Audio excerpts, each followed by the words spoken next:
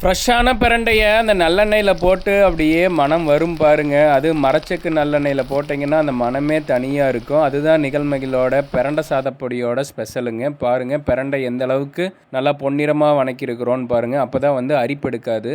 பிரண்டை சாதப்பொடி லைட்டாக சுருக்குன்னு இருக்குங்க. வரமிளகாலாம் எடுத்து வச்சுருக்காங்க. பருப்பெல்லாம் வறுத்துக்கிட்டு இருக்காங்க. நேற்றே பிரண்டை சாதப்பொடி தீர்ந்துருச்சுங்க. இன்றைக்கி ஒரு 10 கிலோவுக்கு ரெடி பண்ணிகிட்ருக்குறோம். தேவைப்படுறவங்க நீங்கள் வாட்ஸ்அப் பண்ணுங்கள். அது போக நிலக்கடலை சாதப்பொடி இருக்குது. நம்ம நிலக்கடலை சாதப்பொடி அவ்வளோ அல்டிமேட்டாக இருக்கும். நிறைய டெஸ்டிமோனியல் இருக்குது. பெண்களுக்கு ரொம்ப வலுவு கொடுக்குற கருப்புளுந்தில் சாதப்பொடி இருக்குங்க. கொள்ளில் இட்லி பொடி இருக்குது. கொள்ளு சாதப்பொடி இருக்குது. நிகழ்மகிழில் 15க்கு மேற்பட்ட சாதப்பொடி இட்லி பொடி வகையெல்லாம் இருக்குங்க. கருப்பு கவுனியில் இட்லி பொடி இருக்குது.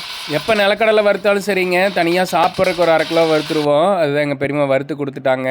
எங்கள் சொந்தங்கள்லாம் சாப்பிட்ருக்காங்க.